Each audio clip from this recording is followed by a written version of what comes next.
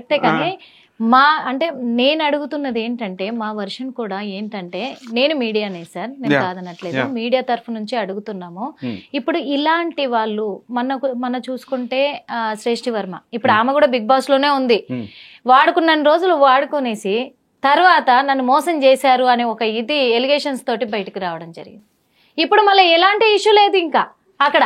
అంటే కష్టపడుతూ పైకొచ్చే వాళ్ళను ఎందుకు వీళ్ళు ఇలాంటి ప్రయత్నాలు చేసి వాళ్ళని చేస్తూ ఉంటే వాళ్ళ భవిష్యత్తు కానీ వాళ్ళ ఫ్యామిలీ బ్యాక్గ్రౌండ్ ఏం ఆలోచిస్తుంది, వాళ్ళ భవిష్యత్తు ఏమైతుందనే ఒక ఎథిక్స్ లేవంటారా? ఇవన్నీ ఎందుకు మర్చిపోతున్నారు వీళ్ళు అనేది. నీకున్న ప్రాబ్లమ్ నీ హస్బెండ్ తో ఆ వీడియోలు తీసుకొని కదా, ఆమె మీద కేసుల గురించి మాట్లాడిద్ది. నీ మీద ఉన్నాయి కదా కేసులు, నేను అదే అన్నా, నీ మీద కేసులు ఉన్నాయి. ఆ అమ్మాయి ముందు తగ్గిద్దంటే నువ్వు గౌతమి చౌదరి నువ్వు కూడా ముందు అవుతావు.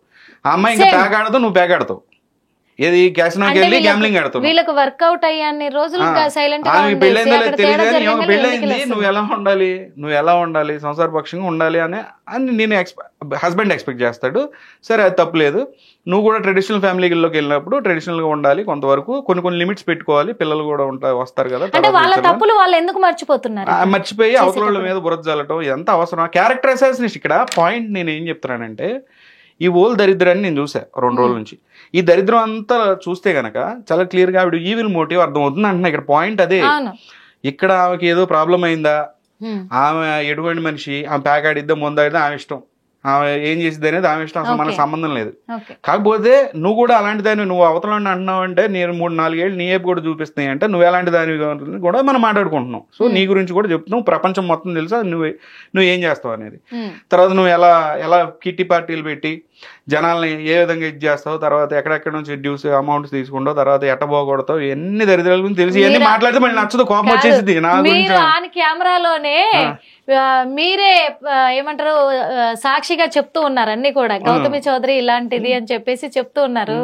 రేపే మీకు కాల్ వస్తుందేమో చూసుకోండి. వస్తే ఏమన్నా నేను పాయింట్ ఏంటంటే, ఇక్కడ గౌతమి చౌదరి మీద ప్రాబ్లం నాకు కోపం కాదు, మీ మీద కూడా కేసు వేస్తారేమో తెలుసుకోండి. అవన్నీ చాలా మంది చూసాం కానీ నేను బేసిక్ గా నా గురించి తెలుసు కదా, నేను ఫైట్ చేసేది ఉమెన్ రైట్స్. ఇక్కడ ప్రాబ్లం ఏంటి ఈ ప్రాసెస్ లో ఉమెన్, ఎందుకంటే ఇప్పుడు శేఖర్ భాష అనే ఆయన ఉన్నాడు, ఆయన మెన్స్ రైట్స్ కోసం వెళ్తాడు. నేను డే 1 నుంచి మీకు కూడా తెలుసు, నేను అన్ని కేసుల్లో బ్యాక్గ్రౌండ్ లో అంటే ఎప్పుడు కూడా ఒక లేడీ గురించి మాట్లాడటానికి రాను అసలు. ఇక్కడ విషయం ఏంటంటే ఇలాంటిగా మీకు తెలుసు కదా అసలు ఇట్లాంటి దరిద్రాలు అసలు నేను చేసిన కేసులు ఏంటనేది, ఎక్కడెక్కడ నా సపోర్ట్ ఉమెన్ కి ఇచ్చాననేది కూడా మీకు తెలుసు. ఇప్పటి వరకు మీరు చెప్పిన విషయాలు కావచ్చు, మేము అడిగిన విషయాలు కావచ్చు, ఇలాంటి కేసెస్లలో ఎలాంటి అంటే వాళ్ళు ఎలాంటి నేరం కింద పరిగణించబడతారు ఏంటి అనేది ఇప్పటి వరకు చర్చించాం మనం. కానీ ఈ రోజు వాస్తవంగా మరొక అమ్మాయి మీద గానీ వాళ్ళ హస్బెండ్ మీద గానీ ఇన్ని ఎలిగేషన్స్ చేసిన అమ్మాయి క్యారెక్టర్ కూడా ఇది అని మీరు చెప్తున్నారు అంటే తప్పుడు క్యారెక్టర్ గురించి చెప్పట్లేదు ఆవిడ యాంగిల్ చెప్పట్లా. నేననేది నువ్వు డ్రింక్ చేస్తావు, మందు కొడతావు, నువ్వు గ్యాంబ్లింగ్ ఆడతావు, క్యాసినోలకి వెళ్తావు, టీవీ ముందుకు వచ్చి ఈ విధంగా నన్ను తెలుసా అండి నాగార్జున గారు, మహేష్ బాబు గారు, నాగార్జున గారు, బాలయ్య బాబు వీళ్ళ పేర్లు ఎందుకు చెప్తుంది ఈవిడ? వాళ్ళు ఏంటి రూపాయి పని ఉంది వాళ్ళకి, వాళ్ళ పాపం వాళ్ళ బాధలు వాళ్ళు పడతా ఉన్నారు. అలా మహేష్ బాబుకి కంపారిజన్ ఏమైనా ఉందా? మహేష్ బాబు పేరు ఎత్తిద్ది ఎక్కడ? నేను అడిగేది కూడా అదేనండి. వేలో వెళ్ళిపోతున్న వాళ్ళ లైఫ్ ని స్పాయిల్ చేయడానికి ఎందుకు ఇలాంటి వాళ్ళు వస్తున్నారు? అందులో ఈ ఇన్ఫ్లుయెన్సర్లు కావచ్చు, ఇప్పుడు సినిమా ఇండస్ట్రీలో కావచ్చు, ఏకంగా ఈ ఏమంటారు ఎంటర్టైన్మెంట్ పరిశ్రమలోనే ఇలాంటివి జరుగుతూ ఉన్నాయి. ఎందుకు ఇట్లా? మన పాయింట్ ఏంటి, రీతు చౌదరికి మనం సపోర్ట్ కాదు ఇక్కడ. అతని పేరు మనం మహేష్ కి మనం సపోర్ట్ కాదు ఇక్కడ. ఇక్కడ గౌతమి అనే ఒక విక్టిమ్ కార్డ్ ప్లేయర్, నువ్వు విక్టిమ్ అయితే కనుక విక్టిమ్ లా మాట్లాడాలి. కానీ నీ యొక్క మోటివ్, నువ్వు చూపించే వీడియో, నువ్వు మాట్లాడే తీరు ఎలా ఉందంటే కక్షపూరితంగా వాళ్ళని బాగా క్యారెక్టర్ అసాసినేషన్ చేస్తే గనక మన కాళ్ళకు వంగుతారు, వాళ్ళకి మన చేతికి మనకు జుట్టు అందిద్దాళ్ళది అనే ఒక మోటివ్ కనపడుతుంది. గట్టిగా బ్లాక్ మెయిల్, అది గట్టిగా బ్లాక్ మెయిల్ క్లియర్ కనపడుతుంది. అది చాలా మందికి అర్థం కాదు కానీ బ్లాక్ మెయిల్ అని క్లియర్ గా అర్థం అవుతుంది. దానిని మనం మాట్లాడుకుంటున్నాం. ఇలాంటి కేసెస్ ప్రతి 3 నెలలకు ఒకసారి ఒకటి వస్తుంది. సగం మీడియా జీవితం దీనికే అయిపోతుందేమో అనిపిస్తుంది. ఇట్లాంటి దరిద్రాలు మళ్ళీ పోలీస్ స్టేషన్కి వెళ్ళి పాపం బాధితులు రకరకాల ప్రాబ్లమ్స్ పోలీసులే తలకాయలు పట్టుకుంటున్నారు. ఈ కేసులు వచ్చినప్పుడు ఏమంటున్నారంటే డిపార్ట్మెంట్, అయ్యా ఎందుకే ఈ దరిద్రాలు, మళ్ళీ 1 నెల రోజుల తర్వాత మళ్ళీ కాంప్రమైజ్ అయిపోతారు, మళ్ళీ ఏదో ఒకటి తీసుకుని వెళ్ళిపోతారు, ఎందుకు మాకు ఇది మాకు పనేం లేదా, మేమేమి జాబులు చేసుకోవద్దా మేము, ఏంటి దరిద్రం అని అంటున్నారు పోలీసులు కూడా. ప్రతిసారి ఏదో పెంట పెట్టుకోవడం, నీకు ప్రాబ్లం అయితే పోలీస్ స్టేషన్కి వెళ్ళి కేసు పెట్టు, కోర్టుకి వెళ్ళు, అక్కడ న్యాయం జరగకపోతే హైకోర్టుకి వెళ్ళి, హైకోర్టులో జరగదు సుప్రీంకోర్టుకి వెళ్ళి. నువ్వు మీడియా ముందుకు వచ్చి 2 వీడియోలు చూపిస్తావు. ఆ 2 వీడియోలు ఏముంది, ఏం దరిద్రం ఉంది, ఒక చార్ట్ చూపిస్తావు. ఆ చార్ట్ ఏముంది, నీ హస్బెండ్ ఆయన పాస్వర్డ్, ఆయన ఫింగర్ ప్రింట్ ఆయన పక్కనే ఉంటుంది, ఫోన్ ఓపెన్ చేసుకుని నీకు కావాల్సిన మెసేజ్ పెట్టి డిలీట్ చేసి ఉండొచ్చుగా, ఎట్లా ప్రూవ్ చేస్తావు? అవన్నీ ఒక ప్రాపర్ ప్రూఫ్ ఉన్నప్పుడు మీడియా దగ్గరకు వస్తే మీడియా న్యాయం చేయగలదా? అంటే న్యాయం అంటే చూపించగలదా అంతే, ఇదిగో ఇట్లా అన్యాయం జరిగింది అని. ఫైనల్ గా నీకు జడ్జిమెంట్ ఎవరు ఇస్తారు? మీడియా ట్రయల్ కాదు కదా, కోర్టులో ఇస్తారు. అంటే ఇలాంటి వాళ్ళందరికీ కూడా వాస్తవంగా ఈ కోర్టులు ఖాళీగా ఉన్నాయి అనుకుంటున్నారా, జడ్జిలు ఖాళీగా ఉన్నారు అనుకుంటున్నారా, లేకుంటే లాయర్లు ఖాళీగా ఉన్నారు అనుకుంటున్నారా, ప్రజలు పిచ్చోళ్ళు నమ్ముతారు ఏది చెప్పినా అనుకుంటున్నారా? ఇప్పుడు నేను అంటుంది 498 నువ్వు పెట్టావు ఏది కేసు పెట్టినప్పుడు, అది సివిల్ మ్యాటర్, అక్కడికి వెళ్ళిద్ది, అక్కడ చూసుకో. ఎందుకంటే ప్రతి ఒక్కరికి ఆ హక్కు ఉంది. నువ్వు కేసు పెట్టుకుంటావు, లేదంటే అటెంప్ట్ మర్డర్ పెట్టుకుంటావు, నా మీద రేపు జరిగిందని పెట్టుకుంటావు. అవన్నీ ప్రూవ్ అవ్వాలా ప్రూవ్ అవ్వకూడదు అక్కడ ఉంటాయి. అసలు ముందే వచ్చి నువ్వు ఇక్కడ ఈ దరిద్రాన్ని స్టార్ట్ చేస్తున్నావు. నువ్వు గెలిచిరా, బయటకు వచ్చి ఇదిగోండి నేను ఇట్లా సాధించాను, ఇదిగోండి ఈ జరిగిన తప్పులు నన్ను ఇట్లా నాశనం చేశాడు అప్పుడు చెప్పు.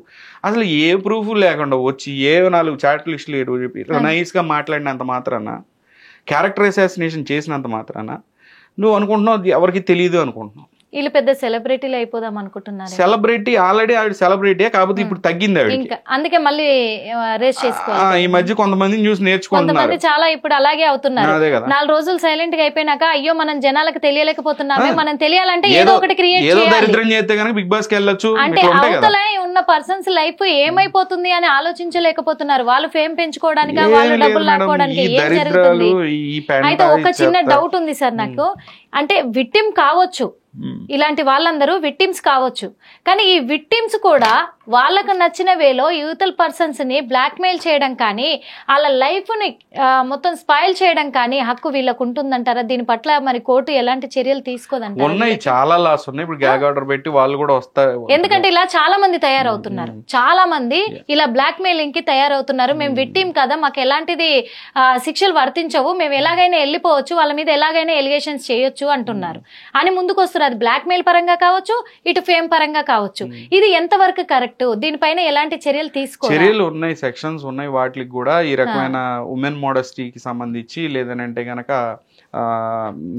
ఈ యొక్క పరువు నష్టం దావాలి కానీ ఇవన్నీ ఉంటాయి. చిన్న చిన్నవి ఉంటాయి, పెద్ద పెద్ద సెక్షన్లు ఏమి ఉండవు. ఇలా చేసినందుకు గ్యాగ్ ఆర్డర్స్ ఉంటాయి. గ్యాగ్ ఆర్డర్ వేసుకుని అవసరమైతే ఇట్లాంటి వీడియోస్ వాళ్ళకి గురించి ఇట్లా క్యారెక్టర్ అసాసిన్ చేసి, లేదంటే అసలు ఏముందండి ఆ వీడియోస్ అసలు FSLకి వెళ్ళినాయా, ఫారెన్సిక్ ల్యాబొరేటరీస్కి వెళ్ళిందా? వెళ్ళినా కూడా ఫారెన్సిక్ ల్యాబొరేటరీస్కి వెళ్ళే వీడియో నాది లిఫ్ట్ లో వెళ్తున్నారు. ఏంటంటే అది ఎవిడెన్స్. మర్డర్ జరిగింది అని అంటే రోడ్డు మీద 4 కార్లు ఇట్లా వెళ్ళి అట్లా ట్రాఫిక్ చూపించి మర్డర్ జరిగిందంటే కుదిరిద్దా? చెప్తున్నా, అంటే లోపల ఏం జరిగింది అనేది వీడియో చూపిమంటలే ఇక్కడ. ప్యూర్ ఎవిడెన్స్ నువ్వు పెట్టిన కేసుకి సంబంధించి దాని గురించి మాట్లాడు. అడ్డమైన దరిద్రం అంతా నీకెందుకు? రోడ్డు మీద పోయేటప్పుడు నా అమ్మాయి బాగుంది కదా అని చూసాడు అనుకోండి, చూసారా మా ఆయన అమ్మాయి బాగుందని చూస్తున్నాడు. గౌతమి చౌదరి చేసిన ఎలిగేషన్స్ ప్రకారం ఉన్నప్పటికీ ఒకవేళ ఉంటే గనక మరి గౌతమి చౌదరి ఇన్ని రోజులు ఎందుకు ఆగాల్సి వచ్చింది? ఇప్పుడు Geetu Chowdary Bigg Boss house ఎందుకు వచ్చావు? అదే అంటున్నాను నేను. అదే ఇప్పుడు మనం మాట్లాడుకుంది ఈవిల్ మోటివ్. నువ్వు ఇప్పుడు ఎందుకు వచ్చావు? నీకు ఎప్పుడు జరిగింది అన్యాయం? ఇప్పుడు వీడియోలు ఎప్పుడు? తన భర్త సినిమాలు చేస్తున్నప్పటి నుంచి ఇద్దరి మధ్య రిలేషన్ ఉంది. ఎవిడెన్స్ ఎప్పుడు నుంచో కలెక్ట్ చేసుకుంటూ పెట్టుకున్నావు. దేనికి అది? మరి తను బిగ్ బాస్ హౌస్ లోకి వెళ్ళిన తర్వాత ఎందుకు టార్గెట్ చేయాల్సి వస్తుంది? గౌతమి చౌదరి అనేది ఇంకొకటి. ఓకే, గీతూ చౌదరి లైఫ్ విషయం తెలిసినప్పటికీ చాలా మందికి కూడా ఏం తెలుసు అంటే ప్రజలకు కూడా తను ఇక్కడ జబర్దస్త్ కావచ్చు, శ్రీదేవి డ్రామా కంపెనీ కొన్ని ప్రోగ్రామ్స్ ఉన్నాయి, ఎంటర్టైన్మెంట్ ప్రోగ్రామ్స్. ఆ వీటిలలో ఒక సెలబ్రిటీగా తను కొనసాగుతూ ఉంది. తను ఒంటరిగా పోరాడుతుందా, చేస్తుందా? తను ఒక సెలబ్రిటీగా తను వెళ్తూ ఉంది, తన లైఫ్ ని లీడ్ చేస్తూ ఉంది. ఏదో ఒక అంటే ఇలా లీడ్ చేస్తూ కష్టపడి పైకి వచ్చే వాళ్ళ మీదే ఎందుకు ఇలాంటి నిందలు మోపుతా ఉన్నారు వీళ్ళు? అలాంటిది కొంతమందిని ఎగ్జాంపుల్ గా చూసుకుంటే చాలా మందికి జరిగింది. నేను నా పాయింట్ ఏంటి, రీతు చౌదరి మీరు చెప్పిన పాజిటివ్ యాంగిల్లో నేను చెప్పట్లా. రీతు చౌదరి మీద ఏం కేసులు ఉన్నాయి అనేది మనకు తెలియదు. ఒకవేళ ఆమెకు తెలిసేమో. ఆమె చెప్పే పాయింట్ ఏంటి, ఆమె మీద ఉంటే ఆమె కోర్టుకు వెళ్ళి చూసుకుంటది. అది డ్రగ్స్ తీసుకుందా, లేదంటే ఇంకోటి తీసుకుందా, అవన్నీ కేసు పెట్టు, జడ్జిమెంట్ తెచ్చుకో, నీ పవర్ ఏంటో చూపించు, నీ దగ్గర ఉన్న ఎవిడెన్స్ సబ్మిట్ చేయి. నీకు సంబంధించి ఆమె ఇప్పుడు డ్రగ్స్ తీసుకుందా అనుకుంటున్నావు, నీకేం సంబంధం, వెళ్ళి పోలీసులకు చెప్పు తీసుకునే టైంలో. నువ్వు వచ్చేసి ఏమో తీసుకుందంట, అక్కడ ఏదో ఉప్పు పెట్టుకున్నట్టు దాన్ని చూపించి డ్రగ్స్ అంటావు. రకరకాలు ఇట్లా ఫాల్స్ ప్రాపగెండా చేయొద్దు అని అంటున్నావు. ఒకవేళ ఆ అమ్మాయి కన్విక్ట్ అయితే కోర్టులు చూసుకుంటాయి. నువ్వు మీడియా ట్రయల్లోకి వచ్చేసి ఊరికే ఒక ఫాల్స్ ఎలిగేషన్ చేసినంత మాత్రాన ప్రూవ్ అవ్వని. హిట్ టీవీ యాప్, ఇందులో short news, live news, entertainment shows, movies, digital magazines తో పాటు మీ జిల్లా వార్తలను కూడా ఫ్రీగా చూడొచ్చు. ఇంకెందుకు ఆలస్యం, వెంటనే హిట్ టీవీ యాప్ ని డౌన్లోడ్ చేసుకుని ఫ్రీగా ఎంటర్టైన్మెంట్ పొందండి. Hit TV app. Hit TV app. Please download hit TV app. Hit TV app ని ఫ్రీగా డౌన్లోడ్ చేసుకుని ఎంజాయ్ చేయండి. మీకు నచ్చిన ఎంటర్టైన్మెంట్ కోసం హిట్ టీవీ యాప్ ని ఫ్రీగా డౌన్లోడ్ చేసుకుని ఎంజాయ్ చేయండి. హిట్ టీవీ యాప్ ని డౌన్లోడ్ చేసుకుని ఆస్వాదించండి, ఆశీర్వదించండి. ఇంతమంది సెలబ్రిటీలు హిట్ టీవీ యాప్ ని డౌన్లోడ్ చేసుకోండి అని చెప్తున్నారంటే ఎంత మంచి యాప్ ఆలోచించండి. అమెరికా అమెరికా అమెరికా అమెరికాలో చదవాలనుకునే వాళ్ళకి విశ్వసనీయమైన పేరు మన శౌర్య కన్సల్టెన్సీ. UK లో 1 year masters, UK లో 1 year masters, 2 years work permit up to 5 years visa. Contact Saurya Consultancy. Contact 89851 89851.